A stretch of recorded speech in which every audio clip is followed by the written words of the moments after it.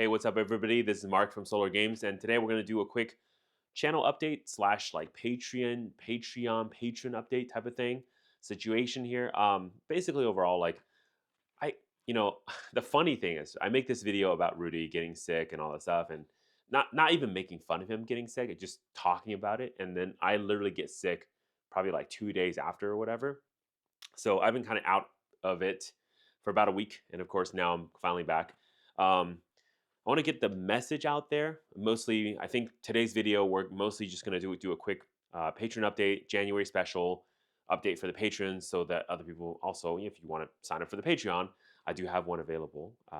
Yeah. So, anyways, sorry. It's like I'm just basically my head has gotten clear enough that I can make a video. Yeah. So we're here. So basically, some of you guys know Grand Archive Set 3, Alchemical Revolution is coming later this month. Actually, I think it's dropping next week, basically. So next weekend, not this coming weekend, but next weekend, Friday, will be the day when it officially releases. Over here, if you're in the Bay Area, if you're in Berkeley area, come over to Victory Point Cafe in downtown Berkeley on Saturday, the 20, I believe that's the 25th or 26th, whatever the Saturday is of that week. Come over for a starter deck tournament. So I'll be hosting this.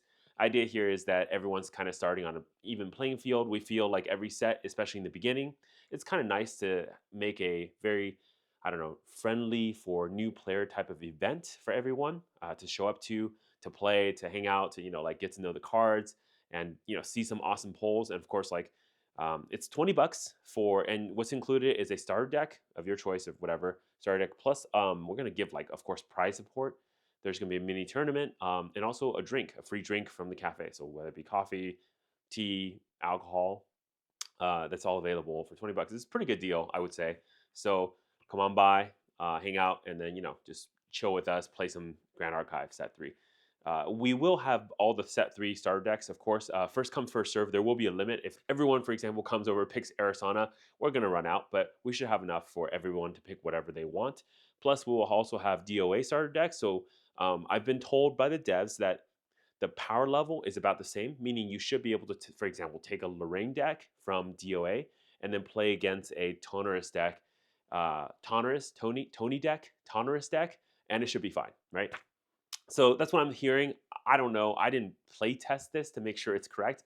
So we're going to find out. You're going to find out with me at the event if that's true or not. Of course, I suspect most of the people who are coming are going to want to open new starter decks. They probably don't want to open like DOA starter decks, but those are available if you, I guess, want them for whatever reason. So same price, all that stuff. But more importantly, Patreon announcements. For this month, January special, of course, there's going to be the standard $90 booster box of Magic, special sale on Dominaria Remastered. So I was able to get kind of like a decent deal from distribution on Dominaria Remastered. I made a mistake with Patreon. But anyways, for my patrons, I made a mistake where I basically, I guess, sold Ravnica Remastered, but I totally goofed. I meant Dominaria Remastered, but I wrote Ravnica for $85. And that was like totally wrong. Anyways, so sorry, patrons. Everybody who almost bought the wrong boxes, I've already refunded you, so you're good to go. But yeah, actually, quite a few patrons have already taken this deal, but it looks like I can probably get more from distribution. So, of course, with the standard draft booster boxes, they're going to be $90 from my Patreon, right? So if you're at the $15 range, $15 patron or higher, you will have access to the $90 booster boxes. But in addition, for this month, also there's going to be, I think I have a couple more Dominaria Remastered booster boxes left. Those are going to be 85 each. And then basically that's, if you're a patron already, that's all inclusive. So easy stuff. So $15 a month, which basically covers shipping. In fact, I'm going to be honest with you guys. So I shipped a bunch of stuff, right? $15 for a case, like one of these booster cases of Magic cards. I think those cost me like $16 to ship. So I basically make no money. It's pretty much straight pass through, and it's more of a thank you to my patrons for like believing me, trusting me, all that stuff, right? And honestly, what ends up happening is for the months that patrons don't buy something, that kind of evens it out so that the patrons who do buy more, they kind of get like it's like insurance, right? Everyone buys insurance. Somebody crashes the car. Essentially, you're paying for you being a good driver pays for everyone else that crashed their car, kind of like that. That's how it works. Obviously, it's also to support me and my content for the channel, all that stuff. So that's why you do it. You don't have to be part of the Patreon. You could just watch my videos for free. But the patrons do get like special messaging with me. They get some other benefits as well. So all the details of my Patreon is down below. Along with the Magic stuff, because as you know, I'm a big fan of Grand Archive. Of course, I'll have set 3 available as well through my Patreon. I kind of looked through the internet, and the reality is like this, right? Set 2, Fractured Crown, we've gone through a bad situation where basically the price collapsed for those draft booster boxes or for those booster boxes. And we all know there's some mistakes made by, Weebs of the Shore. There's some mistakes made by stores, etc. I'm not going to get into all the details. We've kind of talked it to death in my previous video on Fractured Crown on this channel. But what I will say is um, set 3, from the way the print run is looking, from the way that it's being marketed, and honestly, just speaking with Solidar, speaking with Roger, speaking with some of the devs, kind of like I'm getting the sense, the feeling that they've gotten their shit together, right? That um, basically there's a lot of information out there, right? But I truly believe Weebs of the Shore actually have better data about what their customers want than what the customer think. It's a little bit weird when I say it this way, but essentially the idea is like, especially around print run numbers. Weebs actually know exactly or fairly closely what is a good number to print, even if it looks or sounds like it's short, like it's not as much. So I think for set 3, Alchemical Revolutions, the number for first edition is that it's going to be closer to what Weebs think that the current market for Grand Archive is going to support, rather than like printing for, I don't know, like for future, right? So what this opens up is that, essentially Grand Archive is moving into this new model.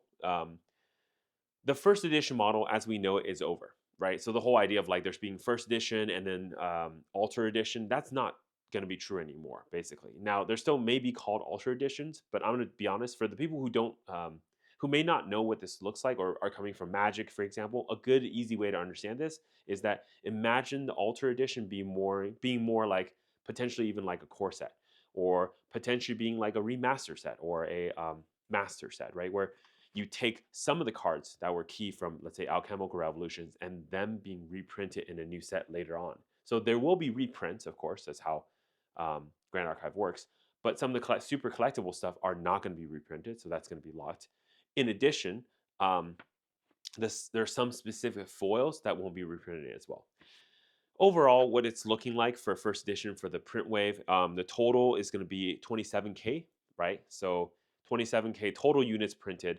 But remember, this is very different from Fractured Crown for 2 reasons. Number one, if you think about how the numbers work out, Fractured Crown had a larger print run, of course, like 40, I think it's like 45 or 47K boxes. A smaller set, meaning there's more boxes printed. Again, the plan was that this is going to last the game forever, or for whatever, let's say like 2 years into the future, right? The print run. It was not meant for all of that print run to be open right now. Of course, that did happen, and with the whole guaranteed 1 CSR per case, it turned into this whole big mess of like people were basically, anyways, soft boxes, all that stuff, right? So not a good situation financially for those boxes. However, for Alchemical Revolution, for the future of this whole thing, it's looking like the print run's 27K, but remember, it's a much larger set. It's more of a like main set, which has more new cards. You're going to have to open a lot more boxes to get a full set, unlike Fractured Crown, where I think opening a case, you're almost guaranteed to have 4 copies of every card. So you can have a play set of everything. You don't have to really like open a second case. I think that's right. I forget the specific numbers. Or it may be that if you open a full case, you're actually close to almost 3 copies of every set or every card or something like that. Anyways, that's about where the numbers run for Fractured Crown. But for this set, for Alchemical Revolution, it will not be like that at all, right? So first of all, a case is only 6 boxes, not 18. And each case, basically the whole card pool is much larger, so you're not guaranteed to open everything. It will feel more like Dawn of Ash, where some uncommons even felt like kind of like rares back then. Like I remember in the beginning, we had to do a bunch of trades for uncommons. I've never had that feeling in a card game where we have to trade around for uncommons. But yeah, I think for Alchemical Revolutions, you'll feel more like that. I think opening for most players, if you want a full play set, you're probably looking at opening. If you want to do it yourself, you don't want to do any trades. you probably have to open close to maybe, I would say, 3 cases to get 4 copies of everything. I think that's pretty safe, or that's more safe, I should say. But again, that's number one. Number two, Alchemical Revolutions will not have any like special pre-release kit or sealed kits. Which again, for Fractured Crown, that did add a bunch more population to the pool, which kind of also just made it worse because again, there's more cards in the pool for Fractured Crown, basically devaluing everything else, right? So there's not extra products. That's not going to happen with Alchemical Revolution. And as far as we know right now, like if the 27K boxes basically is enough for the players, that's it. There's no more boxes. That's all the print run's going to be. So looking at all the market data, I see like TCG players already kind of valuing it correctly, which is probably around the 105 range. I don't really know. So what I'm going to do is for my current patrons, like I have enough products for all my current patrons, and everybody who's on my current Patreon are already notified of this. So I'm selling these for $85 a piece, right? It's higher than map pricing, of course, but at the same time, um, I'm fairly sure, given how the things have adjusted, given how large the card pool is, and as long as there's still basically the game is alive, which for me it is. I go to locals all the time. It's a lot of people still showing up. Um, I think it'll do fine, right? I think long term, this set, Alchemical Revolutions, will actually do totally fine long term. In fact, it just shows again how quickly Weaves of the Shore adjusts to problems and then adjusts to print runs, whatever, to basically make sure things are okay. Yeah, so I have high confidence that this will stick. So any extra so I'm basically going to try to, as much as possible, max out my Alchemical Revolution like order, which basically ensures that every patron who wants boxes from me will get them. I'm going to offer like a couple of different options. There's going to be like I think last time I sold the DOA stuff, I did like a bundle, like a starter kit. I'm going to do that as well. Basically, the kit will include, I think, 2 or 3 booster boxes of Alchemical Revolution. Also include the starter decks, one of each copy of Tonoris, Arizona, and Deanna with it as well, right? For a price. And then of course you can just buy the booster boxes a la carte. I think I'm just gonna charge $85 a pop for them, which is significantly discounted from I think what I see on TCG Player. But again, everyone's pricing out there is like variable. There are some prices that I think are lower. I've seen some online for 80, but those are all sold out. So I'm fairly sure 80 is too low. I don't know if 85 is too high or too low, but as far as I can tell, it's pretty low. So that's the price I've locked in at. So, take it for what it is. If you're not a patron of mine, look, I have a lot of patrons who do like my kind of like almost quarterly, couple months, every couple months selling of Grand Archive stuff. So yeah, if you want to just join for the month, pay the $15, buy some boxes and quit. Hey, totally fine. Like again, my goal right now, and this is why I'm discounting like these boxes to the point where basically I'm not really I'm earning a little bit, like $5 per box or something, but I'm basically not earning anything. The reason is because for me, it's way more important right now to spread the game, to get more people involved, to get more people like looking at the game, thinking about it, playing the game. That's way more interesting and important to me than to make some profit off of it right now. I think long term it'll be fine. Like if all my Fractured Crown boxes, my DOA boxes, and now Alchemical Revolution boxes I have in like long-term cold storage, they're going to do fine long term, right? I'm not worried about that stuff. But what's more important right now is building the game, continue to make sure the game is available for all the players. And that's what essentially my Patreon's trying to do for that purpose. Lastly, there are some patrons have been asking me about Flesh and Blood, but also Pokemon stuff. I honestly, I can't cover that many games. I still have like a whole separate life outside of doing this YouTube channel. So what I'll tell you is this: if you want to be a patron of mine, you want to support me, but you also don't want to buy any Magic or Grand Archive stuff, totally understand. And you want Pokemon or Flesh and Blood stuff, just give me a message, right? Like I can, in general, access all those games. Um, I'm trying to figure out distribution thing options for One Piece, but that game is really hard to get your hands on. And if you've been to some game stores, you talk to owners, you know exactly what I'm talking about. Basically, Bandai has set it up in a way where the people who were kind of like with One Piece in the beginning, before the whole hype, they're locked in. They have their allocations, everything's good. But anybody who's signing on new, the allocation is like, I kid you not, if you request, let's say 54 booster boxes, they're going to give you 3. It's crazy right now how that works. And I get it. It's like artificial, supply issue. And I don't know why they're doing this because the game is growing super fast, and they, in my opinion, they should oversupply.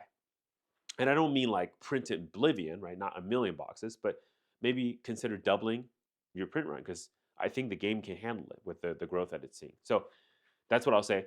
If One Piece becomes available, I will of course offer it through the Patreon because I know a lot of people will probably want it. But for those that want Pokemon or Fab, Flesh and Blood, go ahead and just request. I won't have any specific pricing for boxes because I'm not keeping or buying those on a regular anymore. But if there's something you want, like I think one of my patrons wanted some like 151 stuff, I was able to provide them to him for a pretty good price. So there are a lot of options out there. It's just again, message me and you'll know. So that's a really long message for a Patreon announcement, but hey, at least it's a little bit also about market updates and my thoughts on ALC. In general, I think if you don't buy ALC first edition, you're gonna miss out. Looking at the numbers, looking at how things have already adjusted just between Fractured Crown and ALC, I do think ALC first edition, these boxes are gonna have a lot of legs to stand on for future. So given the print run numbers, again, like Weeps are so transparent. They just tell you how many they print before the box is even available. Most games, a year after, they don't even tell you, right? Or in case of Magic, they never tell you. Weeps tell you ahead of time. So it's insanely cool what they do. So given those numbers I'm seeing, I think ALC will be fine. So if you buy it for 85, I'm pretty sure you'll be fine. You will not lose money on this set. But again, it's your money. It's up to you what you want to do. That's all I want to say for the Patreon. So if you want to sign up for the Patreon, links are down below. Go ahead and just click on it, sign up for the member. I think the early bird deal is like $15, otherwise it becomes 20. I haven't opened up any other Patreon tiers. If you want to just support me, buy me a cup of coffee, $5. Appreciate it. Which allows you to join the Discord, but also join the Discord you can join for free, by the way. If you guys don't know, I do have a Discord. Come hang out. We talk about finance stuff all the time. But if you want to have the patron only chats and get the Patreon special colors and all that stuff, then basically the Patreon, $5 Patreon, any of the tiers will get you that as well. Special Discord privileges. So there's that. Yeah. Oh, and of course, if you're a patron, I used to when I had more time, whatever. I used to do patron topics, but recently, honestly, I haven't gotten many messages or questions from patrons, so we haven't done any patron question videos.